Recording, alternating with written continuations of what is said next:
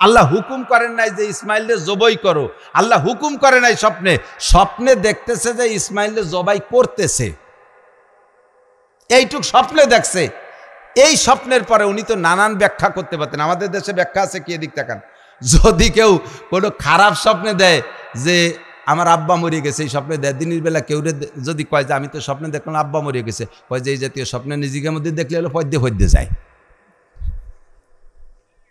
আপদ বিপদের স্বপ্নে দেখলি আপনাকে এদিকে আছে না এরকম ব্যাখ্যাদাতা, পদ্যে পদ্যে যায়। তা আমি ইসমাইলরে জবাই করতেছি এই স্বপ্নে দেখছি, তার মানে এই এলাকায় যেন কে তার ছেলেরে জবাই করবে, এ কথা বুঝলে বুঝতে পারতেন, কিন্তু তা না বুঝে উনি বুঝলেন নবীদের স্বপ্ন ওহি, কাজে আমি যা দেখেছি ইসমাইলকে জবাই করতে হবে। 13 বছর আগে মক্কায় থুয়ে আসছে, দুধের বাচ্চা, 3 মাসে বাচ্চা, 13 বছরের মধ্যে এখন চিঠিও দেয় নাই, একটা ফোনও করে নাই, কাহারও কাছে খবরও নেয় নাই, আল্লাহর হুকুম হয় নাই তো যায় নাই। 13 বছর পরে উনি হজের নিয়তে মক্কায় যাইতেছে। 8 তারিখকে বলা হয়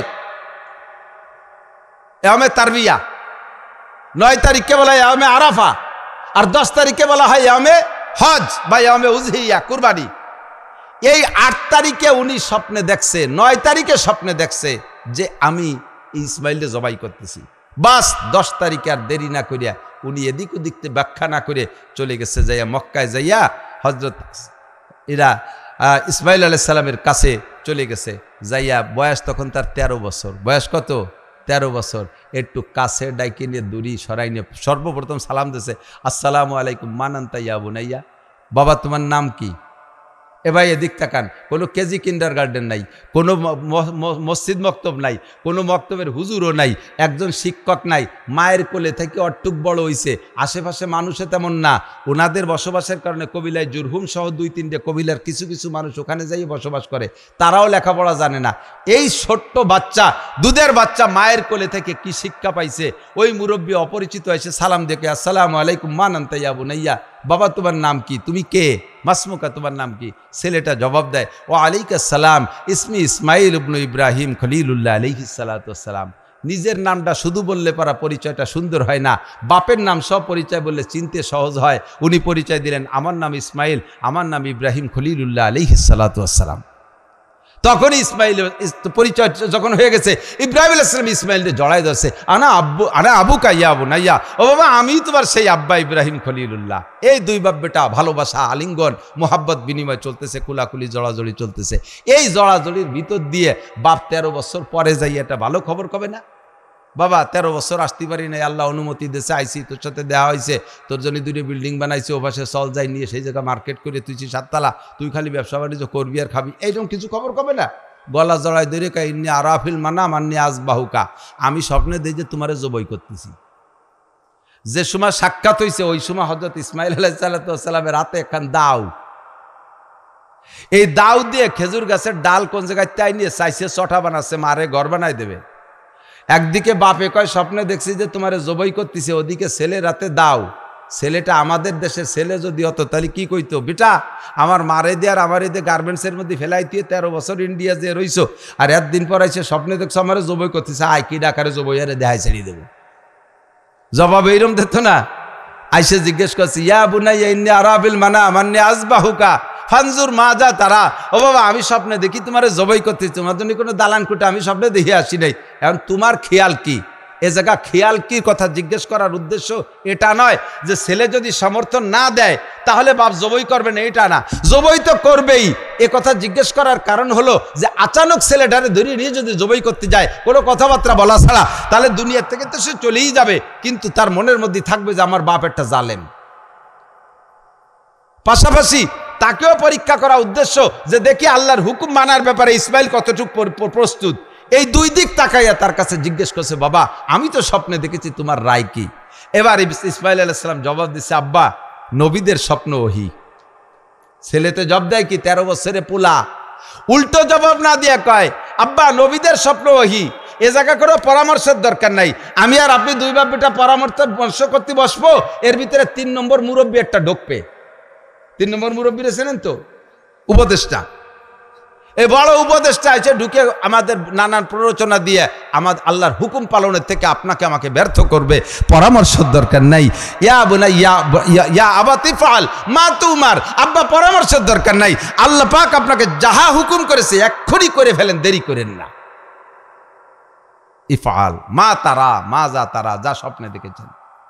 দড়ি আর দাউ নিয়ে তরবারি নিয়ে দুই বাবিটা যাইতেছে। আল্লাহু আকবার। যাইতে যাইতে হাজী সাহেব যারা গিয়েছেন দেখেছেন মেনার পাশে একটা উঁচু পাহাড় আছে, ওই পাহাড়ের উপরে একটা ছোট্ট পিলার বানানো আছে। ওই পাহাড়ের উপরে, ওই পিলারের ওখানে, তখন তো পিলার ছিল না, ওই পিলারটা বানায় রাখছে চিহ্ন হিসেবে। ওই জায়গা নিয়ে গেছে, নিয়ে সব কিছু আলোচনা কমপ্লিট। জিজ্ঞেস করছে বাবা ছেলেতে এখন আব্বারে পরামর্শ, আগে তো হয়ে গেছে আলোচনা সব কমপ্লিট, ছেলে রেডি প্রস্তুত, জবাই হবে। তো বলতেছে আব্বা, আকলুতে বলা হয় উর্দুতে, আকলুতে শব্দ মানে আর কেউ নাই, একমাত্র সন্তানকে আকলুতে বলে। তার মানে ইব্রাহিমের আর কোনো সন্তান ছিল না সে সময়। এই সন্তানের প্রতি কত ভালোবাসা, যার চেহারার ভিতরে মুহাম্মদুর রাসূলুল্লাহ সাল্লাল্লাহু আলাইহি ওয়াসাল্লামের নূরে নবুয়াতি চমকানো শুরু করছে হযরত ইসমাঈল আলাইহিস সালাম থেকে, যার কারণে চেহারার অবস্থা একটু ভিন্ন রকম। এই দেখা সেই চেহারা ছেলেরে জবাই করবে, এটা কোন বাপের সহ্য হয় বলেন? আপনার অনাকাঙ্ক্ষিত একটা সন্তান, খেয়াল করেন, অনাকাঙ্ক্ষিত মানে পরপর 7টা মাই হয়েছে, এরপরে আর সাল মাইয়ে নীতি মনে চাচ্ছে না, এরপরে আর 8টা মাই হয়ে গেছে বুড়োকালে, তা আবার আলকাতরাতুন নিসা জম্মের কালা কাউসার মতো। এই বাচ্চাটারও কি আপনি জবাই দিতে পারবেন? পারবেন? আর একমাত্র সন্তান, তার চেহারার এমন অবস্থা, তাই আল্লাহ তাআলা জবাই করার হুকুম করেছে, জবাই করার জন্য প্রস্তুত। এবার ছেলের মুখের কথাগুলো শুনলে আপনার মাথার উপরে বাস পড়বে। ছেলে কয় আব্বা করেন, ওই আগে তরবারিটারে ভালো দাঁড় দেন, কারণ আমি তো আপনার একমাত্র সন্তান, জবাই করতে গেলে আপনার হাতে বল থাকবে না, যাতে তরবারির দ্বারেই আমি গলাটা কাটিয়ে যায়, আপনি আল্লাহর হুকুম পালন করতে পারেন, এই জন্য তরবারি দাঁড় দেন। খুব ভালো করে দাঁড় দেছে। আব্বা এই দড়ি দিয়ে আমার হাত পাও বাঁধদেন। কেন, তুই কি দৌড় দিয়ে চলে যাবি নাকি কোনো দিক জবাই করার সময়? কয় আব্বা মরণের সময়, মরণ তো বহুত বড় কঠিন জিনিস, আর জবাই করার পরে মরবো, জবাই করার পরে প্রাণীকেও দেখেন কিভাবে ছটফট করে, আমিও এরকম ছাটাছাটি দাপাদাপি করব, তাতে যদি আমার পা আপনার গায়ে লাগে, আপনি আল্লাহর খলিল, আমার পা আপনার গায়ে লাগলে আমি শহীদ হয়ে যাবে, মরে যাওয়ার পরে আমার সম্মান কমে যাবে, আমার দাম কমে যাবে, আপনার গায়ে কেন লাথি মারছি, এই জন্য আমার হাত পা ভালো করে বাঁধে নেন। এর এক একটা কথায় বাপরে কি হুঁশ থাকতে দেয় বলেন? অজ্ঞান হয়ে যাওয়ার মতো কথা। 2 নম্বর, আব্বা করেন, আপনার চোখ বাঁধে নিয়েন। কয় কেন? কয় যে আপনি আমার চেহারার দিক তাকাই আমারে জবাই করতে পারবেন না, চোখ বাঁধে নিয়েন। 3 নম্বর, 4 নম্বরে আপনার গায়ে আমার রক্ত যেন না লাগে, সতর্ক থাকবেন, কারণ আপনার রক্ত নাপাক, আমি মরার পরে আমার রক্ত যে আপনার গায়ে লাগবে, আপনি আল্লাহর খলিল, আপনি আল্লাহর পবিত্র বান্দা, আপনার গায়ে আমার নাপাক রক্ত কেন লাগলো? এর কারণে আমার জবাই হওয়ার পরে আমার নেকি কমিয়ে যেতে পারে, এই জন্য আমার সতর্ক থাকবেন, আপনার গায়ে যেন রক্ত না লাগে। 4 নম্বর, 5 নম্বর, আমার জামাগুলো নিয়ে আমার মার কাছে দিয়েন, জামাগুলো খুলে নিয়ে মার কাছে দিয়েন। আপনি হয়তো চলে যাবেন, আমার মা কি নিয়ে থাকবে? আজ 13টা বছর আপনি আমার মাকে ফেলে রেখে চলে গেছেন আল্লাহর হুকুমে, আমারে কোলে করে নিয়ে জড়িয়ে সান্ত্বনা নিয়েছিল, আর আজকে আমারে জবাই দিয়ে চলে যাবেন, আমার জনম দুঃখিনী মা আর কি নিয়ে থাকবে, সান্ত্বনা কি নিয়ে নেবে? আমার জামাটা যদি বুকের সাথে একটু জড়িয়ে ধরে সান্ত্বনা নিতে পারে, জামাটা মার কাছে দিয়ে যেন, আর আমার পক্ষ থেকে আমার মাকে সালাম দিয়ে যেন, মায়ের সাথে জান্নাতে দেখা হবে, এ কথাটা আমার মাকে বলে যেন। এক একটা কথা যেন বাপের উপরে পাহাড়ের মতো চাপা দিচ্ছে। কিন্তু এক আল্লাহর প্রেমে পড়ছে। কেন ইব্রাহিম রে খলিল বানাইছে? কেন খলিল? এদিক তাকান, ইব্রাহিমের উপাধি কি খলিল না? খলিল মানে জগতে যার কোনো বন্ধু নাই, একমাত্র আল্লাহ ছাড়া, সে হলো খলিলুল্লাহ। আমাদের দেশে বহুত খলিল আছে, আগে সোচে না মুইতে বানি নাই না, ওই খলিল না। যে খলিলের 20 মহিলা দোস্ত, ওই রকম খলিল না। খলিল বলে যার একমাত্র আল্লাহ ছাড়া আর কোনো দোস্ত নেই, এর খলিল। তো এতদিন আল্লাহ ছাড়া আর কোনো দোস্ত ছিল না, তাই ইব্রাহিম খালি উপর দিক তাকাইয়া বেলা রেখে এই যে মনে আল্লাহ, চান রেখে এই যে মনে আল্লাহ, এটা দেহে আর আল্লাহ খোঁজে, লাস্টে আল্লাহরে পেয়ে গেছে। আল্লাহর সাথে ইব্রাহিমের এমন বন্ধুত্বতা হয়েছে, আল্লাহ তারে খলিল করে ডাকতে বাধ্য হয়েছে। যখন ইসমাইল জন্ম নেছে, তখন ইব্রাহিম আলাইহিস সালাম, এদিক খেয়াল করেন তো, সন্তানের প্রতি একটা মায়া তো হবেই, তখন আল্লাহর দিকে আগে যতবার সম্পর্ক তাকাইতো, এখন তার চেয়ে একটু কম তাকায়, একটু ইসমাইলের দিকে তাকায়, একটু কোলে আরে। আল্লাহ কয় যে এটা আমার ভালো লাগতেছে না, তুমি আগে খালি বারবার আমার দিকে তাকাইতে, আনে সাহালের দিকে তাকাচ্ছ, বাড়ি রাখতে পারবা না, 1 নম্বরে মক্কায় ফেলাইতে এসো। এই মক্কায় ফেলাই রাখছে প্রথম হুকুম, 3 বছর 13 বছর। এরপরেও যখন মক্কায় গেছে তখন দেখে যে এরকম আল্লাহর দিকে না তাকাইয়া একটু কম তাকায়, ইসমাইলের দিকে তাকায়। আল্লাহ কায় এটা দুনিয়ায় রাখা যাবে না, ওরা জবাই দিতে হবে, ও থাকলে আমার কম পড়ে যাচ্ছে, আমার ভালোবাসায় কম পড়ে যাচ্ছে, তাই জবাই করার হুকুম হয়েছে। আল্লাহু আকবার। এই মোহাব্বত আর ভালোবাসার ভিতর দিয়ে হযরত ইব্রাহিম আলাইহিসসালাম আল্লাহ পাকের ভালোবাসাকে প্রাধান্য দিয়েছে। মোহাব্বত মে পেদার বেটে কো কর দেতে হে কুরবানি, জবিহুল্লাহ কে কাহ লেতে হে জু ফরজন্দিল আসানি। কার মোহাব্বত ইব্রাহিমের ভিতরে প্রাধান্যতা পেয়েছে এইটা প্রমাণের জন্য আল্লাহ তাআলা ইসমাইলকে জবাই করার হুকুম দিয়েছে। হযরত ইব্রাহিম ফেল না পাস, ফেল না পাস, পাস। ওই জিবতালা ইব্রাহিম রব্বহু বিকালিমাতিন। আল্লাহু আকবার। তারপরে যা হবার হয়ে গেল, জবাই শুরু করে দেশে তাল্লাহুলিল জাবিন, ডান কাত করে শোয়াইয়া এরপরে জবাই শুরু করে দেশে। জবাই যখন শুরু করছে একটা তামার পা ছুরির নিচে আল্লাহ তাআলা পাঠায় দেশে, খালি পুষায় তা কাটে না। এরপরে উবর করে গাড়ে পুষানো শুরু করছে, তামার পথ গাড়ের উপরে ধরছে, কাটে না, কাটা হলোই না। ওদিকে না কাটা পর্যন্ত তো ইব্রাহিম ফিরবে না। ইতিমধ্যে উপর থেকে একটা শব্দ আসতেছে, আল্লাহু আকবার, আল্লাহু আকবার। বলবেন আল্লাহু আকবার, আল্লাহু আকবার, আল্লাহু আকবার, আল্লাহু আকবার। এই বলছে উপর থেকে, চোখ তো বান্দা ইব্রাহিমের, উপরের দিকের আওয়াজ শুনে উনি একটু উপর দিক নজর করছে, খেয়াল করছে। এর ভিতরে ইসমাইল আলাইহিস সালামের ঠ্যাং ধরে টাইন দিয়ে সরাইয়া জিব্রাইল আসতেছে উপর থেকে আল্লাহু আকবার বলতে বলতে। ওই একটা জান্নাত থেকে একটা দুম্বা আইনা ছুরিতে পোষ চলতেই তালে আছে, আর উপর দিকে ইব্রাহিম নজর। যখন দুম্বা পাইতে ধরছে ছুরির নিচে, পস করে দুম্বার মধ্যে গলা বসে গেছে, জবাই হয়ে গেছে। ইব্রাহিম আলাইহিস সালাম খুশিতে যে আমি আল্লাহর হুকুম পালন করছি, ইসমাইলের জবাই। উনি তো জানে না যে ইসমাইল সরে গেছে, দুম্বা পাইতে ধরছে, জবাই হয়ে গেছে, খুশিতে আলহামদুলিল্লাহ। এখন উনি পড়ে উঠছে লা ইলাহা ইল্লাল্লাহু আল্লাহু আকবার। ইব্রাহিম আলাইহিস সালাম পড়ে উঠছে লা ইলাহা ইল্লাল্লাহু আল্লাহু আকবার, আল্লাহ ছাড়া কোনো মাবুদ নাই, আল্লাহই সবচেয়ে বড়। আমি আল্লাহকে বড় প্রমাণ করেছি, আমার ইসমাইলকে বড় প্রমাণ করি নাই, ইসমাইলের জবাই দিয়েছি। এইগুলো উনি খুশি প্রকাশ করে লা ইলাহা ইল্লাল্লাহু আল্লাহু আকবার বলে চোখ খুলছে, খুলে দেয় যে ইসমাইল দাঁড়ায় রয়েছে নিচে দুম্বা জবাই। এই তুই দাঁড়ালি কা? এই দুম্বা করতে কেন দিলি? তুই এই জায়গায় দাঁড়ালি কা? উঠে গেলি কা? এই বলে সূরা নিয়ে আবার ইসমাইলের দিকে রওনা দিছে। পিছন দিয়ে জিবরাইল হাত টানি ধরছে, হাত টানি ধরে কয় আর মারা যাবে না। আল্লাহ পাক ঘোষণা দিয়েছে, কদ সাদ্দাকতার রুইয়া ইন্না কাযালিকা নাজজিল মুহসিনিন। তুমি তোমার স্বপ্নকে বাস্তবায়ন করেছো, এর কারণে আমি জান্নাত থেকে দুম্বা পাঠাইছি। এইরকম কিয়ামত পর্যন্ত আনেওয়ালা উম্মত যদি আল্লাহর হুকুমকে বাস্তবায়ন করে, তাদেরকে প্রতিদান আমি এরকমই দিয়ে থাকবো, এরকমই দিয়ে থাকবো। তোমারটা দিয়েছি, ইসমাইলের পরিবর্তে দিছি দুম্বা। আর আমার আখেরি নবীর উম্মতরা যদি কুরবানি করে, আল্লাহ কয় লা ইয়ানালাল্লাহু লুহুমুহা ওয়ালা দিমাউহা ওয়ালাকিন ইয়ানালুহুত তাকওয়া মিনকুম। তোমার কুরবানির জন্তুর রক্ত, মাংস, গোশত কিছুই আল্লাহর কাছে যাবে না, সবই তুমি ব্যবহার করবা, তোমার তাকওয়া আর পরহেজগারি যাবে।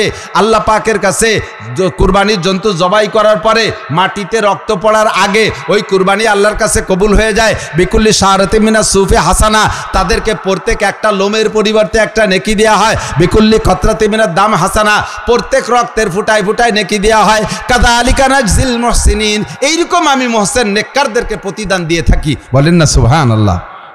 কষ্ট হয়ে যাচ্ছে, আসল জায়গায় আইসে পারলাম না, কি দিয়ে কি হতে লম্বা হয়ে যাচ্ছে। আরে আপনাকে তো কষ্ট হচ্ছে, আমার মনে হয় যা টের পাচ্ছি। মেলা দিন শোনেন না, আজকে একটু শোনেন, কারণ যে কিচ্ছা তো শুনছি। আরে ভাই শুনছেন, তার ভিতর দিয়ে বয়ানের মাধ্যমে নতুন করে জজবা তৈরি হয়। এজন্যই তো আল্লাহকে ওয়াজাক্কির, জানা কথাগুলো আবার আলোচনা করো। সামনে কুরবানি করবেন, আপনার ছেলেরে জবাই করার কথা বলা হয়েছে নাকি? কতক্ষণ কুরবানি করবেন? কি ছেলে না গরু? কি কুরবানি করবেন?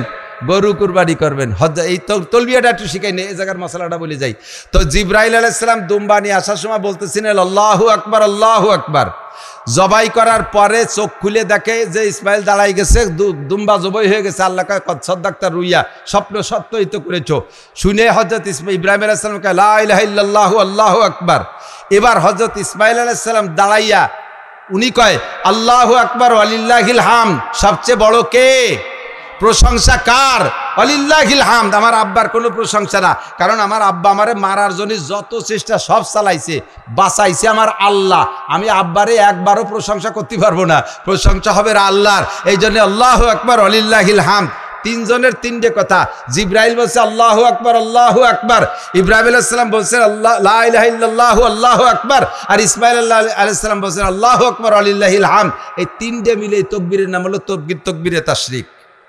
তাকবীরে তাশরিক 9 তারিখ ফজরের থেকে শুরু করবেন, 13 তারিখ আসর পর্যন্ত পড়বেন, কিয়ামত পর্যন্ত পড়া চলবে। আর ওই দুই বাপ বেটা নেকি পাইতে থাকবে, আমাকে নেকি কম হবে না, আমাদের নেকি চলতে তালে থাকবে। এই হলো তাকবীরে তাশরিক। এবার আমাদের উপরে সাহাবা নবী পাকের কাছে সাহাবায়ে কিরাম জিজ্ঞেস করছে, হুজুর এই কুরবানির কথা কোরআন শরীফে আছে, এই কুরবানি কি? হযরত নবী আলাইহিস সালাম বললেন, হাজা সুন্নাতু আবিকুম ইব্রাহিম আলাইহিস সালাতু ওয়াসসালাম, এটা তোমাদের মুসলিম জাতির ভিতরে ইব্রাহিম আলাইহিস সালামের সুন্নাত। এই কুরবানি তোমরা চালু রাখো, কুরবানি তোমরা চালু রাখো। কুরবানি কি? আমার দিক মালের উপরে কুরবানি ওয়াজিব হয়। যার ঘরে কুরবানির 3 দিন, অর্থাৎ সামনে তো শনিবারে কুরবানি, শনি রবি সোম এই 3 দিন কুরবানি করার দিন। কয় দিন? এই 3 দিনের ভিতরে যার ঘরে সাংসারিক দৈনন্দিন প্রয়োজনীয় সব কিছুর পরে ডানিও নাই বামেও নাই দিনাদাই কিচ্ছু নাই, তার কাছে এই 3 দিনের ভিতরে 1,05,000 টাকা বর্তমান নগদ টাকার দামে, বর্তমান নগদ দামে 52.5 ভরি রূপর দাম 2,000 টাকা ভরি হলে 1,05,000 টাকা হয়। কের দোকানের পুঁজি যদি 1,05,000 টাকা থাকে, ওই লোকটার সংসার চলার পরে দোকানটা ঠিক আছে, দোকানের মালের মূল্য আছে 1,05,000, ব্যাংকে ক্যাশ আছে 1,05,000, অথবা তার ঘরে ক্যাশ আছে 1,05,000, এই লোকটার উপরে কুরবানি ওয়াজিব। এই লোকটা যদি কুরবানি এই 3 দিনের মধ্যে না করে, হুজুর আলাইহিস সালাম বলেন, মা ওয়াজাদা সাআতান লিআইয়ুদাহিয়া ওয়া লাম ইউদাহি ফালা ইয়াকরুবান্না মুসাল্লানা। আল্লাহ তাআলা যাকে কুরবানি করার তৌফিক দিয়েছে, সে যদি কুরবানি না করে, এই যারে তৌফিক দেয়া হয়েছে সে যদি কুরবানি না করে, তোর মতো চোর যেন ঈদগাহে নামাজ পড়তে আসে না। ভাইও বাদাই মিয়া নামাজ পড়তে টাকা লাগে না, এই জন্যই যায় নামাজ এখন বগলের নাস্তি নাস্তি আক্কাতার এসে দাঁড়াইছো। এই কুরবানি করিস নাই কে? না কুরবানি করবো, এবার যারা খাবে তারা বাড়ি আসবে না। উনার যে শগুনগুলো গরু খাবে, সে শগুনগুলো বলে এবার ডাকাইতে বাড়ি আসবে না, এই জন্য কুরবানি করবে না। আছে না নাই? আছে। তোমার ঈদগায় জাতি মারা আছে, গেটি ধরে বেরোই দিবেন যাইতে। আল্লাহ রসুল নিষেধ করেন, রহমতে আলম নবী বলেন, তুই কুরবানি করিস নাই তৌফিক থাকা সত্ত্বে বেরিয়ে জায়গা থেকে ঈদগাহ আসছে কি জন্য? তোর জন্য ঈদগাহ না, কুরবানি করা ওয়াজিব। এই কুরবানির পরিমাণ বললাম তো, মালের পরিমাণ। এখন এদিক খেয়াল করেন, ফ্যামিলিতে আব্বা আছে, আব্বা নিজের কামাই নিজে আলাদা রাখে, এখনো ভাগযোগ করে দেয়নি ছেলেদের। 4টে ছেলে আছে স্ট্রং, 4টে ছেলে সাবালেক হওয়ার পরে যার যার শরীয়ত তার কাছে। ফ্যামিলিতে আব্বা মুরব্বী, খেয়াল করেন, আব্বা মুরব্বী আছে, 4টে সাবালেক ছেলে আছে। আব্বা একা নামাজ পড়লি তো বাকি 4 জনের পড়া লাগবে না। কতক্ষণ? আপনি স্বামী পুরুষ নামাজ পড়েন, আপনার স্ত্রী তো নামাজ না পড়লে হবে? বড় 3টে মাইয়া আছে দামড়া বিশ্ববিদ্যালয়ে পড়ে, ওরা তো নামাজ না পড়লে হবে? তাহলে সাবালে হওয়ার পরে যার যার শরীয়ত তার, তাই তো? নামাজও যেমন তার, রোজাও তার, যাকাতও তার, হজও তার, কুরবানিও তার। কাজেই আব্বার টাকা আব্বার কাছে আছে, আব্বা ধনী মানুষ। বড় ছেলেটা মোটা চাকরি করে, সেও তার কাছে 1,05,000 আছে। মাইজেটা চাকরি করে, তারও 1,05,000 আছে। সাইজেটা ব্যবসা করে, তারও 1,05,000 আছে। বউটা আলাদা পুঁজি জোগাড় করছে, ছেলেটা টাকা দিতে মারে 1,05,000 টাকার মালিক বানায় তুই দিছে। এই সব কয়জনের উপরে কুরবানি ওয়াজিব। বাড়িতে গোস্ত খাওয়ার জন্য মুরব্বিতে যাই 8-এর তেটা কিনে এনে জবই দিয়ে সবাই খাওয়াই দিছ, শুধু মুরব্বির আদায় হবে, বাকি ছেলেদের পক্ষ থেকে আদায় হবে না। যার যার মাল আছে তার উপরে ওয়াজিব। এই কুরবানি প্রত্যেকের উপরে ওয়াজিব। এটা একবার দিলে হবে না, প্রত্যেক বছর দিতে হবে, প্রত্যেক বছরই ওয়াজিব, প্রত্যেক বছরে মালের উপরে প্রত্যেকবার ওয়াজিব। কথা কি বোঝা গেছে? এবার কুরবানি করছেন যে কয়জনে মিলে, তার ভিতরে 7 জনের ভিতরে 6 জনের টাকা হালাল, একজনে শুধু সুদীয় সমিতিতে, সুদীয় সংস্থায় চাকরি করে, সুদের প্রতিষ্ঠানে। সুদের প্রতিষ্ঠানের নাম কইলাম না, কি সুদের প্রতিষ্ঠান সবাই জানেন। যেই প্রতিষ্ঠানে সুদে কারবার লেনদেন হয়, ওই প্রতিষ্ঠানে চাকরি করে, সে জায়গায় নিয়মিত ডিউটি করে, সে জায়গার থেকে বেতন পাইছে, ওই বেতনের টাকা দিয়ে জেনুইন ডিউটি করে, ডিউটিতে ফাঁকি দেয় না। ওনার মনের বিশ্বাস যে আমি তো ডিউটিতে ফাঁকি দিই না, কাজে আমার চাকরি হালাল, আমার বেতন হালাল। কিন্তু তোমার প্রতিষ্ঠানটা সুদের প্রতিষ্ঠান, ওই সুদের প্রতিষ্ঠানে যে চাকরি করে বেতন পাইয়া এই 7 ভাগের 1 ভাগই হয়েছে, এর কারণে বাকি 6 ভাগের কুরবানিও বাতিল। আর যে ডাইরেক্ট সুদ খায়, সে তো আছেই আর এক জায়গা।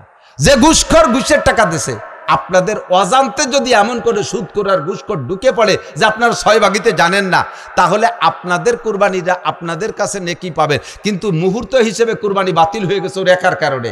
এখন কিয়ামতের ময়দানে যাইয়া ওর অন্য অন্য নেকি থেকে আপনাদের 6 জনের কুরবানির নেকি আল্লাহ তাআলা দিয়ে দেবে, আর আপনাদের কুরবানি নষ্ট হওয়ার গুনাহ সব ওর গাড়ি যাই উঠবে। এজন্য খুব হিসাব নিকাশ করে কুরবানি। আপনার বড় গরু দেওয়ার দরকার নাই, আপনি ছোট গরু দেন, তবুও ঘুষখোর সুদখোর কে আছে, কার টাকার প্রতি সন্দেহ আছে, এই সন্দেহ থাকা আলাদেরকে আপনি ভাগে নিয়েন না। আপনি দরকার একটা ছাগল দেন, তাও ভালো। এদিক খেয়াল করেন। আর একটা ছোট্ট মাসালা কয়ে দেই, কথা কি বোঝা গেছে? আপনি সারা বছর ভরে ভ্যান চালাইয়া রিক্সা চালাইয়া কোনো মতে সংসার চালাইছেন, ডানি বামে কিচ্ছু নাই, দিনাও নাই 1 টাকাও, ডানিও নাই 1 টাকাও, আপনার পর কুরবানি ওয়াজিব না। কিন্তু আপনি একটা বাছুর গরু গত বছর 1.5 বছরই একটা বাছুর আপনার সাউরি আপনারে দেশে আইড়িয়ে বাছুর, তাই এনে ফালতি এবার কুরবানি হুমতা 2.5 বছর হয়ে গেছে বয়স, কুরবানি জায়েজ হয়ে গেছে। এইটা বাজারে বিক্রি করছেন 2 লাখ টাকা, আর কোনো পয়সা করি নাই। সাউরির দিয়া বাছুর কুরবানির দিন, কুরবানির আগে হাটে বিক্রি করছেন 2 লাখ টাকা। এখন আপনি ধনী হয়ে গেছেন, আপনি 1,05,000 টাকায় ধনী হয়ে গেছেন, সেখানে আইডিটা বেচছেন 2 লাখ টাকা। সাউরি আপনার কাছে এই টাকা নেবে না, 2 লাখ টাকার মালিক হয়ে গেছেন। এই 3 দিন আপনার কাছে এই টাকা আছে, ওর থেকে আপনার কুরবানি দেওয়া ওয়াজিব হয়ে গেছে, আল্লাহ আপনার ধনী বানাই দিয়েছে। একটা বাছুর বেশি কয়টা টাকা হয়েছে, তার দিকে হুজুর গে বদনজর না, নেক্সট নজর। কয়তো আমি যদি চাই আড়িয়েই যদি কুরবানি দেয়, তাহলে থাকলো কি? আল্লাহ কয় তোমার ওই 2 লাখ টাকার কাছে তো 2 লাখ টাকার কুরবানি চাচ্ছি না, তুমি ওই 2 লাখ টাকার মধ্যে 10,000 টাকা দিয়ে একটা ছাগল কিনে দাও, তাতেই তোমার হক আদায় হয়ে গেল। বাকি 1,90,000 টাকা তোমার থাক, আমি তো তোমার কাছে 2 লাখ টাকা দিয়ে আর একটা আড়ি কিনে দিতে করছি না। কথা কি বোঝা গেছে? কুরবানি দিয়ে দেয় যারা, ছোটে খাটে কয়টা মশলা বলবো আবার, আরে কয় আর কথা, কানার কাছে 2 চোহের কথা। এদিক দেখান, রাতভর ভালো ওয়াজ করবো, আপনারা বসবেন শুনবেন শেখবেন, তা ঠিক আছে, কিন্তু মাদ্রাসা লাগে নজর রয়েছে যে হুজুর কন্যা কয়টা টাকা উঠে দিবেন। এই টাকা না উঠে দেওয়া পর্যন্ত তাকে জিব্বেই পানি নেই। তবে টাকা কালেকশন করার জন্য মাহফিল না, মাহফিল হলো আপনাদের বয়ান শোনানোর জন্য। এদিক তাকান, যদি দেবেন, শেষে কোনো দুঃখ নেই, কিন্তু ওয়াজ শেষ পর্যন্ত হয়ে যাক। কষ্ট হচ্ছে আপনাদের? আমি এলে 1 ঘন্টা ওয়াজ করবো বলে নিয়ত করছি, তার মানে ঘন্টা দেড়েক হয়েই গেছে, টের পাই নিয়ে কোন ফাঁকে চলিয়ে গেছে টাইম, টের পাই না। তবে কয়টা মশলা শেখা জরুরি, যে কথা আমি আগে বলছি। হুজুর বলেন মজলিসু ফিকিন খায়রুম মিন ইবাদাতি 60 সানা। একটা খেয়াল করতেছেন আমার দিক, ইম্পর্টেন্ট, ভেরি ইম্পর্টেন্ট জায়গায় চলে আসছি। এতক্ষণ পর্যন্ত হলো ফানাইছি, এখন হলো দোয়ানের সময়। গাই দোয়াতে আগে ফানানো লাগে না? এতক্ষণ ফানাইছি, এখন দোয়ানের সময়। এই সময় আতুন ছড়াই নিয়ে গেলে দুধ বাড়ি যাবে না, খেয়াল করেন এদিক। শুনতেছেন? কুরবানি করবেন হালাল টাকায় দিয়ে, 1 নম্বর। কুরবানি যাদের অজীব হয়েছে তারা কুরবানি করবেন, 2 নম্বর। 3 নম্বর হলো কুরবানির পশুর ভিতরে আপনার মাসালার দিকে খেয়াল করতে হবে। অনেকগুলো মাসালা আছে। আগে প্রথা দেখছি, আগে ছিল আমাদের ছোটবেলায় দেখছি যে মৌলবীরা জবই দিয়ে দিত, মোল্লারে কাল্লা দিত। মুরব্বীকে মনে আছে নাকি? এখন কি দেয় নাকি? দেয় না। এর জন্য পর্যাপ্ত ওয়াজ করছি, তা করি নেই। হয়তো কোনো একদিন কয়ে দিচ্ছি যে মোল্লারে কাল্লা দিলি কুরবানি হবে না, বাস আপনারা আমল করে ফেলাইছেন। কেন এত তাড়াতাড়ি এই মশলাটার পর আমল করলেন কেন? এটা আমল করাতে আপনাদের নিজস্ব লাভ আছে, কাল্লা বাড়ি থাকতেছে। আর যদি বলি যে মানুষ মারা গেলে 4 দিনের দিন মিলাদ দিয়ে জিলাপি খা জায়েজ নাই, কয় হয় একটু খাতাম দুইন জিলাপি, তাও হুজুররা লাগছে। এই কথাটা মানতে রাজি না, কারণ এই জায়গা যদি এই মিলাদের নিষেধ মেনে নেন তাহলে জিলাফির থেকে লস হয়ে যায়, এই জন্য এই মশলা মানা যাচ্ছে না। কিন্তু কুরবানি দিয়ে মোল্লারে কাল্লা দিতেন, এইটা নিষেধ করছে, এটা খুব তাড়াতাড়ি মেনে নিয়েছেন, কারণ মাথা থাকতেছে, গিলু থাকতেছে, খাওয়া যাচ্ছে। আল্লাহ তবু আমল করার তৌফিক দিক, বলেন আমিন। কিন্তু কুরবানির কাল্লা দেবেন না, কিন্তু যে হুজুর জবই দিয়ে দেবে ওই হুজুরে 500-1000 টাকা দিয়ে দেবেন। কারণ আপনার কুরবানি আপনাকে দেয়াই দায়িত্ব, কিন্তু আপনি দোয়া কালাম নিয়ম কানুন সব জানেন না। এত বড় ঝুঁকি নিয়ে 2.5-3 লাখ টাকা দামের গরুরে জবই দিতে ভালোই শক্তি লাগে, আরও অনেক সময় ঝুঁকি হয়ে যায়।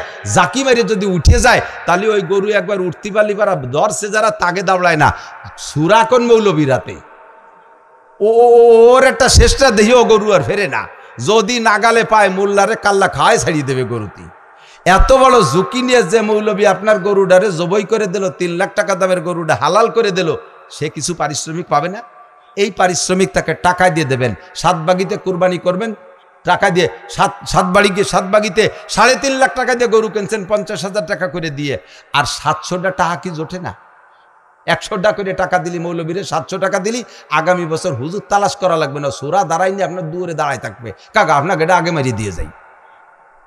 আর এই পয়সা করি দেন না বিদায় হুজুরকে, হুজুর আমারটা জবাই দিয়ে যান, আপনারটা আসরের আগে দিলে হবে না কাকা, কারণ টাকা পয়সা দেন না, তা আগে তো দেবে কে? এই দিক খেয়াল করবেন। হ্যাঁ মিয়া, এই টাকা হালাল, যেটা হালাল সেইটার পক্ষে আমি খুব শক্ত করে বলবো। 2 নম্বর একটা মশালা এর আগে রয়ে গেছে, সেটা আরো 1 নম্বর। গরুর হাটে থেকে গরু কিনবেন, হাসিল ফাঁকি দিয়ে চলে আসেন যারা, তাদের কুরবানি ক্ষতিগ্রস্ত। হাটের মধ্যে দাম দর ঠিক করে 1-1.5 হাজার টাকার জন্য 3 লাখ টাকা দিয়ে গরু কিনে 1-1.5 হাজার টাকা দেওয়ার ভয় থেকে বাড়ি দিয়ে লেনদেন করবো, তুই গরু নিয়ে চলে যা, জিজ্ঞেস করবি কই না দাম দর হচ্ছে না, বেচবো না, এই কয়ে বাড়ি নিয়ে সে এনে লেনদেন করেন। এই যে হাসিল ফাঁকি দিয়েছেন, কবিরা গুনাহ করছেন, হাটের হক নষ্ট করছেন। এই হক নষ্টের কারণে কুরবানি নষ্ট হয়ে যাবে। কথা কি বোঝা গেছে? এই কাজগুলো হয় কি হয় না? এই মশালাগুলো জানা দরকার আছে না নাই? এত টাকার কুরবানি নষ্ট করে ফেলতেছেন সামান্য কিছুর কারণে। 2 নম্বর 3 নম্বর মশলা খেয়াল করেন, যারা সুলাকুটা করবে এদের পারিশ্রমিক ওই গোশতের থেকে 1 টুকরাও দেওয়া যাবে না। এরা চলছে করছে, ওকে আধা কেজি বেশি দিয়ে দে, 1 কেজি বেশি দিয়ে দে, কুরবানি বাতিল। এদেরকে আলাদা করে টাকা দেবেন, নচেত ফি সাবিলিল্লাহ। অন্য সবাইরে যেমন গোশত দিচ্ছেন ওদেরকে সেরকম গোশত দেবেন, তার চেয়ে বেশি দিতে পারবেন না, এই পরিশ্রম করছে এর কারণে। হ্যাঁ, 100 টাকা দিয়ে দেন, সে 100 টাকা নিক, তারপরে তারে 5 কেজি বেশি দেন, কোনো দোষ নাই, কারণ এই 5 কেজি এমনি দিয়েছেন, তার কষ্টের বিনিময়ে তারা টাকা দিয়েছেন। যা কয়ে যে আমার ভাই বিরাদার স্বাস্থ্য ভাই এরা কি টাকা নেয় নাকি? কেন নেবে না? টাকা দিলি এবার কিনা নেয় না? টাকা দিয়ে দেখেন নেয় না, না নেয়। আর যদি নাও নেয় তবু তারা বুঝাই দেবেন, ভাই আর কোনোদিন নিশার না নিস, এই টাকাটা তোর নিতে হবে, নাহলে আমার কুরবানি, নাহলে তোর গোশত তো বেশি দিতে পারতেছি না। তুই যদি গোশত একটু বেশি পাতিয়ে স্বাস্থ্য ভাই হিসেবে, তাহলে এই 100 টাকা আগে নে, পরে গোশত নে। বুড়ি সাফ করতে দিতেছে 2 মহিলারে, তাকে সাথে কন্ট্যাক্ট করছে যে 3 ভাগের 1 ভাগ তোমার আর 2 ভাগ আমাকে। এই পারিশ্রমিক হিসেবে বুড়ি সাফ করাইছেন, ওই বুড়ি দিয়ে, বুড়ির অংশ দিয়ে, তাতে কুরবানি বাতিল হয়ে যাবে। তারে বুড়ি সাফ করার বিনিময়ে 100টা টাকা দেন, এরপরে বুড়ির অর্ধেক দিয়ে দেন, তাতে দোষ নেই। কথা কি বোঝা গেছে? মশালা, এই মশালাগুলো দরকার আছে না নাই? এই মশলা না জানা থাকার কারণে লাখ লাখ টাকার কুরবানি নষ্ট হয়ে যাচ্ছে। কাজেই হুজুর বলেন মজলিসু ফিকিন খায়রুম মিন ইবাদাতি 60 হাসানা। আজকের মাহফিলটা আপনাদের কি ক্ষতিকারক হয়েছে না লাভজনক হয়েছে? উপকার হয়েছে কি হয় নাই? এই উপকার হয়েছে। বাঙ্গাসুরা ছোট্ট মসজিদ মাত্র রোজার কয়দিন আগে থেকে শুরু করছে, এই মসজিদ মাদ্রাসার উপলক্ষে মাহফিলের ইন্তজামটা হয়েছে। এর সাথে আর একটা কথা বলে যাই, এই যে আপনাদের মহল্লায় আস্তে আস্তে এখানে ফান্ড হবে, এতিম গরিব ছেলেরা আসবে, লিল্লা বোর্ডিং হবে, মাদ্রাসার অনেক কিছু প্রয়োজন হবে। আপনারা এই অঞ্চলের কুরবানির চামড়াটা মাদ্রাসায় দিয়ে দেবেন, বিক্রি টিক্রির দরকার নেই। চামড়ায় কয় টাকাই বা তা আপনি খাতে পারবেন না। কয় যে এলাকার গরিব গুরাবাগে হক আছে না? আছে হক, ঠিক আছে। আপনি এলাকার যে গরিবরে চামড়া দিচ্ছেন, সেই গরিব এই চামড়ার টাকা নিয়ে ব্যারাকের কিস্তি দেয়, আছে না নাই? কয় জায়গার চামড়ার টাকা গুছাই নিয়ে সেই গরিব সুদীর পার্ক লাগাই দিছে। আপনার চামড়া বিক্রি করার টাকা নিয়ে ব্যারাকের কিস্তি দেয়, আপনার চামড়া কুরবানির চামড়া বিক্রি করার টাকা নিয়ে সুদীর পার লাগায়। এটা আপনি কতটা খুশি হবেন আমি জানি না। আপনার কুরবানির চামড়া বিক্রি করার টাকা দিয়ে একখান কোরআন শরীফ কিনে মাদ্রাসার ছাত্ররা পড়বে, আপনার কুরবানির চামড়া বিক্রি করার টাকা দিয়ে 5 কেজি চাউল কিনে খাইয়ে তারা রাত্রে কোরআন পড়বে আর শেষ রাতে তাহাজ্জুদ পড়বে।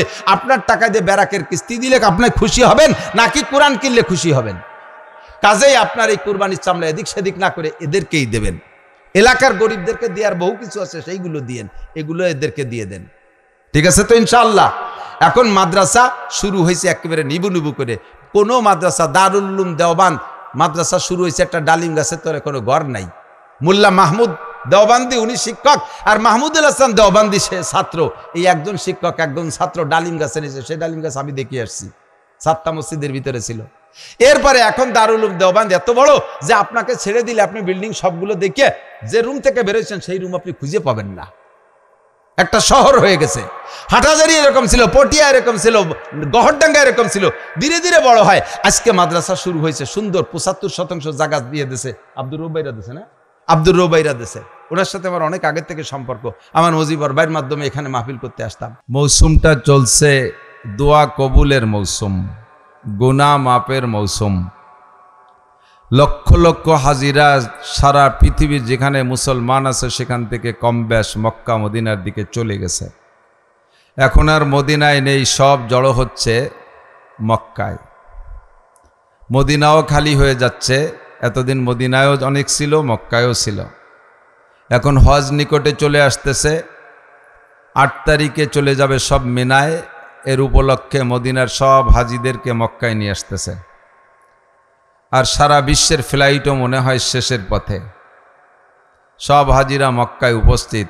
আল্লাহ পাক রব্বুল আলামিনের ডাকে সাড়া দিয়া সবাই ঘুরতেছে আর পড়তেছে লব্বাইক আল্লাহুম্মা লব্বাইক লব্বাইক লা শারীকা লাকা লব্বাইক ইন্নাল হামদা ওয়ান নি'মাতা লাকা ওয়াল মুলক লা শারীকা লাক। আওয়াজটা যে এত মজার, এত মধুর, উপস্থিত হইয়া ওই জায়গায় দাঁড়াইয়া এই আওয়াজের শরিক হইয়া সকলের আওয়াজ এক কণ্ঠে বের হয়, শুনতে যে মজা। আমার বিশ্বাস কোনো ইমানদারের, কোনো মোমেনের জীবনে এত মজাদার আওয়াজ আর কেউ শুনে থাকবে না। তো সেই সময় লক্ষ লক্ষ কোটি হাজিরা সেখানে গিয়ে আল্লাহ পাকের ডাকে লব্বাইক বলতেছে। আর আমরা গরিব গুরাবা যাইতে পারি না। এবার আমরা সুদূর বাংলাদেশে বসে আছি, মনটা মক্কা মদিনায় চলে গেছে। আল্লাহ তাআলা যেন আমাদেরকে প্রত্যেককে জীবনে কমপক্ষে একটা বার হলেও হজের নিয়তে মক্কা মদিনা যাওয়ার নসিব করে। অনেকেই যার নিয়ত নাই, এজন্য আমিন বলেন নাই মনে হয়। বলছেন আমিন সবাই? মক্কায় যাবেন না ওড়াকান্দি যাবেন না কাটাগড়? কোথায় যাব আমরা? একটু বলবেন কোথায় যাব? নিয়ত আছে তো ইনশাআল্লাহ। কয় পয়সা করি নাই হুজুর, খালি খালি বারবার মক্কা কয়ে লাভ নাই। পয়সার মালিক কে? কবুল হয়ে গেলে আল্লাহ পাক ব্যবস্থা করে দেয়। বহুত প্রমাণ, বহুত প্রমাণ। 2019 সালে আমার বড় ভাই হজে যাবেন, প্রস্তুতি নিয়েছে। তো বড় ভাই ঢাকা থাকে, ঢাকা চেয়ারম্যান বাড়ি মাদ্রাসা, বনানী চেয়ারম্যান বাড়ি মাদ্রাসার প্রিন্সিপাল আমার ভাই। বাড়ি আসছে, এসে সকলের কাছে দোয়া নিতে আসছে, আমার ঘরে বসছে। এসে নাস্তা পানি দিচ্ছি, ভাইকে খাওয়াচ্ছি। ও বছর আমার হজে যাওয়ার ইচ্ছা নাই, পয়সাও বছর তেমন নেই, প্রস্তুতিও নেই, যাব বলে কোনো নিয়তি নাই বিলকুল।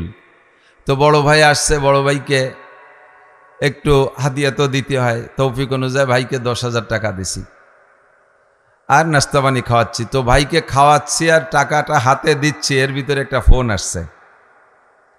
ফোনটা রিসিভ করি, ফোন রিসিভ করেই শুনি উনি সালাম দিয়ে বলতেছে, বাবা এবার হজে যাবা? আমি বললাম না কাকা, টাকা পয়সা নাই, এবছর যাব না। কয় যদি বিনি টাকায় যাওয়া যায় যাবা? আমি তাহলে তো যাবই। বিনা টাকায় হজে যাওয়া যায় কিভাবে? পাসপোর্ট আছে? জি আছে, পাসপোর্ট আছে। তো পাসপোর্ট অমুক জায়গা জমা দাও। বিকেল নাগাদ পাসপোর্ট জমা দিতে বলল। পরে 2 দিনের মধ্যে দেখি যে মেসেজ আসছে, হজের ভিসা হয়ে গেছে। 1 টাকাও লাগবে না, আরো সব খরচের পরে 30,000 টাকা করে আমাদের খেজুর কিনতে দিয়েছে। যদি আল্লাহ তাআলা কবুল করে, এমন ব্যবস্থা প্রত্যেকের জন্য হতে পারে, এমন একটা আশা করা যায় কি যায় না? আর দোয়া করি আপনাদের এলাকারই সন্তান, আমার অত্যন্ত মহাব্বতের, শেষে আমি দোয়াও করব, জনাব মুজিবুর রহমান ভাই দারোগা সাহেব, এনুলোপাড়া বাড়ি করছে, কাঠাগড় বাড়ি ছিল। আমার সাথে 8 বছর সফর করেছে। তো মাঝে মাঝে খুব রসিক মানুষও ছিল, মাঝে মাঝে রসে রসে অনেক কথা বলতো। তো বলতেছি, মুজিবর ভাই চাকরি বাকরি করলেন, শহরে ছোটো মোটো যাই হোক বাড়ি ঘরেরটা বানাইলেন, তো হজে যেতে পারেন না? কয় যে আমি তো 12 মাসকাল পারি, আল্লাহ পারলি আই খালি। আমি তো 12 মাসকাল হজে যেতে পারি, আল্লাহ পারলি আই। আল্লাহ তো বাইরে বসে রয়েছে। কয় না, আল্লাহ টাকা দিলি তো আমি যাব। তো দেনেওয়ালা কে? আল্লাহ। আমি এই গত রমজানের আগের রমজানের পরে, এই রমজানের আগের রমজানের পরে 5 দিন পরে ফ্লাইট, আমার ছোট 2টা ছেলেকে নিয়ে উমরায় গেলাম। ওই আমাদের সাথে একটা লোক ছিল, রূপসা ফেরিঘাটের কুলি মুটিয়ে, উনি আমাদের সাথে হজে গেছে। হজের থেকে যেদিন ব্যাক ফ্লাইটে আসবো, মদিনার থেকে আমাদের ব্যাক ফ্লাইট, তো ফেরার আগের দিন ওনার কাছে রূপসা থেকে ফোন গেছে,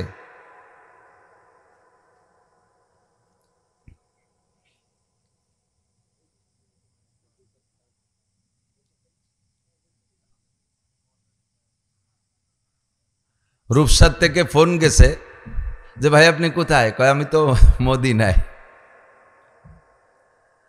তো মদিনায় আপনি আসবেন কবে? আমাদের এই জাহাজের মাল আসতেছে 2 দিন পরে আসবে, এই মাল তো আনলোড করতে হবে। তো উনি বলতেছেন যে আমি কালকে চলে আসব, এসে পরের দিন আপনাদের জাহাজের মাল আনলোড করে দেব। আগেও কুলি, পরেও কুলি, মাঝে হাজি। কয় সারা জীবন কুলিগিরি করি এই ঘাটে, আর এই কিছু কিছু পয়সা আমি এক জায়গায় জমা করি। মনে শখ যে সচক্ষে কাবাঘর দেখে সিজদা দেব, সচক্ষে নবী পাকের রওজা দেখব, কাছে দাঁড়াইয়া সালাম দেব। দুনিয়া বাংলাদেশে বসে তো কত সালামি দিলাম, পৌঁছইল কিনা তা জানি না, তা আমি একটু সেখানে যাবো। এই বলে জীবনের শুরু থেকে পয়সা গোছানো শুরু করছি। তো এবছর আলহামদুলিল্লাহ আমার পয়সা যা হয়েছে তাতে আমি হজ করতে পারবো না, তবে উমরা করতে পারবো, এই আশা করে চলে আসছি। কালকে যাইয়া আবার সেই কুলিগিরি করব। যদি আল্লাহ তাআলা কবুল করে আর ইচ্ছা থাকে, সদিচ্ছা থাকে, এরকম কুলিকে দিয়েও যেমন আল্লাহ হজ করাইছে, আমার মতো ভ্যান চালানে, রিক্সা চালানে, কুদাল কোপানি রে দিয়েও আল্লাহ তাআলা হজ উমরা করাইতে পারে কি পারে না? তো ইচ্ছা থাকতে হবে, পাকা ইচ্ছা। কথা বলেন, রাজি আছেন তো ইনশাআল্লাহ? আল্লাহ তাআলা কবুল করুক, বলেন আমিন। যাইয়ে যে তলবিয়া পড়বো, তলবিয়াটা আমরা একটু সবাই একবার পড়ে ফেলাই। হযরত ইব্রাহিম আলাইহিস সালাতু ওয়াস সালাম কাবা ঘর নির্মাণের পরে আল্লাহ পাক রব্বুল আলামিন হুকুম করলেন, তুমি হজের আজান দাও। ওয়াআজ্জিন ফিন নাস বিল হজ, আমি বাংলা বলছি, কোরআন শরীফের আয়াত। ওয়াআজ্জিন ফিন নাস বিল হজ, মানুষের ভিতরে হজের আজান দাও। আজ্জিন মানে আজান দাও। বিল হজ, হযরত ইব্রাহিম আলাইহিস সালাম হয়তো ফাঁকে বলছেন যে আল্লাহ, আমার কাছে তো মাইক নাই, আমার কাছে ইউটিউব চ্যানেল নাই, আমি এই মুখে একটু বাংলা এই জায়গা থেকে বলবো, আজান দেবো, এই আজান যাবে কদ্দূর? আল্লাহ পাক বললেন, পৌঁছই দেওয়ার দায়িত্ব আমার, আজান দেওয়ার দায়িত্ব তোমার, তুমি আজান দাও। কত দূর থেকে কত দূর পৌঁছেবে আমার আজান, আর কোন জায়গা থেকে মানুষ আসবে? আল্লাহ বললেন, ইয়াতুকা রিজালাম ওয়া আলা কুল্লি দামিরিন ইয়াতিনা মিন কুল্লি ফাজ্জিন আমিক, মিন কুল্লি ফাজ্জিন আমিক। যত গভীর রাস্তা হোক, যত দূরের রাস্তা হোক, বিশ্বের যে প্রান্তে মানুষ থাকুক না কেন, সে জায়গা তোমার আজান পৌঁছে যাবে, আর সেখান থেকেই কাবা ঘরের কাছে মানুষ আসবে। তুমি আজান দাও। তো বলা হয় যে সেই সময় হযরত ইব্রাহিম আলাইহিস সালাম যে হজের ডাক দিয়েছিলেন, সেই ডাক সারা পৃথিবীতে যত মানুষ ছিল সেই সময়, সে সময় তো পৃথিবীর মানব বসতি এত দূর না, যত দূরের মধ্যে ছিল, তারপরও যত দূর ছিল, মুখে আওয়াজ দিলে পারা কত দূর যেতে পারে? 50 মাইল তো আর যায় না। তো সব মানুষের কানে ইব্রাহিম আলাইহিস সালামের আজান পৌঁছে গিয়েছিল, বলেন না সুবহানাল্লাহ। পৌঁছই দেনেওয়ালা কে? আল্লাহ, পৌঁছই দিয়েছে আল্লাহ তাআলা। শুধু তাই না, আপনারা আমরা কি সেই সময় ছিলাম দুনিয়ায়? ছিলেন নাকি কেউ? নাকি আপনার দাদা ছিল? আমাদের কেউ ছিল না। 14 পুরুষ, 15 পুরুষ, 20 পুরুষ, 40 পুরুষেরও কেউ ছিল না। তো আমরা সবাই ছিলাম রুহের জগতে। ইব্রাহিম আলাইহিস সালাম কাবার পাশে দাঁড়াইয়া যে হজের আজান দিয়েছিলেন, দুনিয়ার মানুষের কাছে তো পৌঁছাইছে, রুহের জগতে সমস্ত রুহের কানেও পৌঁছে গেছে। ওই জায়গা হযরত ইব্রাহিম আলাইহিস সালামের হজের আজান শুইনা দুনিয়ায় যারা ছিল ইমানদার, তারাও লব্বাইক বলেছিলেন। লব্বাইক মানে জি আমি হাজির। আর রুহের জগতে যত ইমানদার মোমেন ছিল, তারাও বলেছিল লব্বাইক, জি আমি হাজির। তো ইতিহাসের কিতাবে লেখে, হাদিসের কিতাবে লেখে, তফসিরের কিতাবে লেখে যে ওই সময় রুহের জগতে ইব্রাহিম আলাইহিস সালামের আওয়াজ শুনে যারা লব্বাইক বলেছিলেন, দুনিয়ায় আসার পরে তারা যত গরিবই হোক না কেন, আর মক্কা থেকে যত দূরেই তাদের বসবাস স্থান হোক না কেন, রুহের জগতে যদি একবার লব্বাইক বলে থাকে, দুনিয়ায় আসার পরে তাকে আল্লাহ তাআলা একবার না একবার কাবা ঘরের কাছে নেবেই নেবে। যদি কেউ জায়গা খুশিতে 10 বার লব্বাইক বলে থাকে, লব্বাইক লব্বাইক লব্বাইক লব্বাইক, ইব্রাহিম আলাইহিস সালামের আওয়াজ শুনে লব্বাইক রুহের জগতে 10 বার বলছে, সে 10 বার হজ করবে। যদি কেউ 50 বার লব্বাইক বলে থাকেন সে জায়গা থেকে, তাহলে দুনিয়া আসার পরে যে কোনো ওয়েতে, যে কোনো মিডিয়ায় আপনি 50 বার হজ করবেন। ব্যবস্থা কার হাতে? একটু বলি কার হাতে? আল্লাহ পাকের হাতে। কাজেই আল্লাহর কাছে কোনো কিছু কঠিন না, কোনো কিছু কঠিন না। একটা পিপিলিকার ভিতরে আল্লাহর দরদ, কাবা ঘরের মোহাব্বত ঢুকছে। একটা পিঁপড়া, এই ভারতবর্ষের একটা পিঁপড়া, সুলাইমান আলাইহিস সালামের সময়, সুলাইমান আলাইহিস সালামের সময় একটা পিঁপড়ের ভিতরে কাবা ঘরের ব্যথা, কাবা ঘরের মোহাব্বত অন্তরের মধ্যে বিরাজ করছে। এই পিঁপড়েটাই কাবা ঘরের কাছে যাবে। আর পিঁপড়ের তো পাসপোর্ট নাই, ভিসা নাই, বিমান নাই। পিঁপড়ে ভারতবর্ষ থেকে মক্কায় যাবে, তার রাস্তাঘাট কি, নৌকো আছে তার কাছে, কি দিয়ে যাবে? তো পিঁপড়ে খালি ঘরে আর মনে মনে লব্বাইক লব্বাইক বলতে থাকে, কাবা ঘর দেখবে, শখ নিয়ে ঘরে। ইতিমধ্যে পিঁপড়ের কাছে আইসে বইছে এক কবুতর। পিঁপড়েটা গুড়ি পায় কবুতরের পা বাইয়ে উঠে ওর পিঠির মধ্যে ঢুয়ে গেছে। আর কবুতরটা রওনা দিছে, কবুতর সে মক্কি কবুতর। যারা মক্কায় গেছেন তারা দেখছেন কাবাঘরের দক্ষিণ পাশ দিয়ে একটা জায়গা আছে, জায়গার নাম মিসফালা। মিসফালায় ঢুকতে ওই জায়গা শুরুতে দ্বিতীয় গেটের পরে একটা জায়গা আছে, জায়গাটার নামই কবুতর চত্বর। লক্ষ লক্ষ কবুতর। এই কবুতরের মধ্যে থেকে একটা কবুতর হয়তো আল্লাহ তাআলা পাঠায় দিয়েছে ভারতবর্ষে, আর সেই কবুতরের পা বাইয়ে উঠে ঢুকে ডানার মধ্যে। যখন কবুতরটা মক্কায় যে অবতরণ করছে, পিঁপড়েটা নামে কয় আসসালামু আলাইকুম, আমি কাবাঘর দেখে আসি। কন্যা সুবহানাল্লাহ। তো পিঁপড়ের ভিতরে যদি এই দরদ থাকতে পারে, একজন মুসলমান হয়ে থাকবে না দরদ? রহে মেরা মাসকান হাওয়ালিয়ে কাবা, বনে মেরা মদফন দিয়ারে মদিনা, वहाँ जलवा फरमा हयातुन नबी है एक ही जायरीने मज़ारे मदीना। दुआ करबिन साहिल से लगा दे मेरे इश्कों की सफीना, आँखों से दिखा दे मुझे मक्का ও मदीना। আল্লাহু আকবার। জীবনে একবার যারা কাবাঘর দেখে নামাজ পড়ছেন, সেখানে যাইয়া মক্কায় যাইয়া বাংলাদেশে আসার পরে আমার বিশ্বাস বাকি জীবনে যত নামাজ পড়বেন, নামাজে দাঁড়ানোর সাথে সাথে চোখের সামনে আপনার কাবাঘরটা ভেসে পড়বে। এমন একটা খুশু, এমন একটা তাওয়াজু এর ভিতরে পয়দা হয়ে যায়, একটা খুজু পয়দা হয়ে যায়, একটা মোহাব্বত পয়দা হয়ে যায় সচক্ষে দেখতে পারলে। আল্লাহ যেন সবাইকে যার তৌফিক দান করে, বলেন আমিন। সিজন যেহেতু হজের সিজন, কাজেই সিজনালি বয়ান সব বক্তার মুখ দিয়ে কম বেশ আসবে। ইরিদানের সময় সব বাড়ি ইরিদান, যে বাড়ি যাবেন ইরিদান, যে বাড়ি যাবেন ইরিদান। এক বাড়ি যে সব বাড়ি যাই ইরিদান দেখেন, রাগে রাগে যদি হ্যাঁ খালি ইরিদান, এখন একটা পিএজ নাই কোনো বাড়ি, তো ইরিদানের সময় পিএজ আসবে কোয়ান্তিয়া। আবার পিএজের সময় যে বাড়ি যান যে দেন খালি পিএজ আর পিএজ, যে বাড়ি পিএজ ও বাড়ি পিএজ, এক মুঠি ইরিদান কোনো উঠোনে নাই। ইয়ে তো পিএজের গন্ধ শোয়া যায় নাকি? তো পিএজের সময় তো পিএজই থাকবে, পাটের সময় পাট, ইরির সময় ইরি, হজের সময় হজের বয়ান, রমজানের সময় রমজানের বয়ান। কাজেই এখন সব বক্তার মুখ দিয়ে কিছু। তো হযরত মাওলানা ইসমাইল সাহেব আংশিক বলেছেন, আর হজের বয়ান তো লম্বা চওড়া বয়ান, কোরবানি সংক্রান্ত আরও লম্বা চওড়া বয়ান। আল্লাহ তাআলা আমাদের সকলকে সব বয়ান শুনে আমল করা তৌফিক দান করে, সবাই বলে আমিন। আল্লাহ পাক রব্বুল আলামিন যত নবী রসুল দুনিয়ায় পাঠিয়েছেন, একটু আমার সাথে সাক্ষী দিবেন, সাড়া দিবেন। আমাদের দাম বেশি না নবী রসুলদের দাম বেশি? তুলনাই করা যায় না। কথা বলেন, তুলনাই করা যায় না। আল্লাহ পাক রব্বুল আলামিন রুহের জগতে সব মানুষের মধ্যে থেকে 2.5 থেকে 3 লক্ষ রুহুকে বাছাই করে নিয়ে আলাদা একটা খাস কামরায় বসাইয়া আল্লাহ পাক আলাদাভাবে ক্লাস করাইছেন। চরিত্রের ক্লাস করাইছেন, আখলাকের ক্লাস করাইছেন, সভ্যতার ক্লাস করাইছেন, ভদ্রতার ক্লাস করাইছেন, জিহাদের ক্লাস করাইছেন, রাজনীতির ক্লাস করাইছেন, দাওয়াতের ক্লাস করাইছেন, ইলমের ক্লাস করাইছেন। 2.5 থেকে 3 লক্ষ রুহুকে বাছাই করে নিয়ে আল্লাহ তাআলা সর্ব শিক্ষায় শিক্ষিত বানাইয়া, সর্বদিক দিয়ে মুনাজ্জা পুত পবিত্র বানাইয়া রেখে দিয়েছেন এক জায়গায় একটা গোডাউনে। সেখান থেকে তাদরিজান সময় সাপেক্ষে যে কালে যেমনটা দরকার সেকালে সেই রকম রুহুকে ওখান থেকে বের করে করে জাতির রাহবারি করার জন্য, হিদায়াতের জন্য পাঠিয়েছেন। তারাই হলেন আম্বিয়া আলাইহিমুসসালাতু ওয়াসসালাম।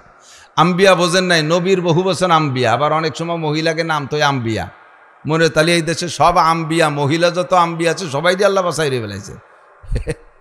পাবলিকের একটা বাংলা তর্জমা আছে, নিজেরা নিজেকে কায়দা একটু তফসির করে।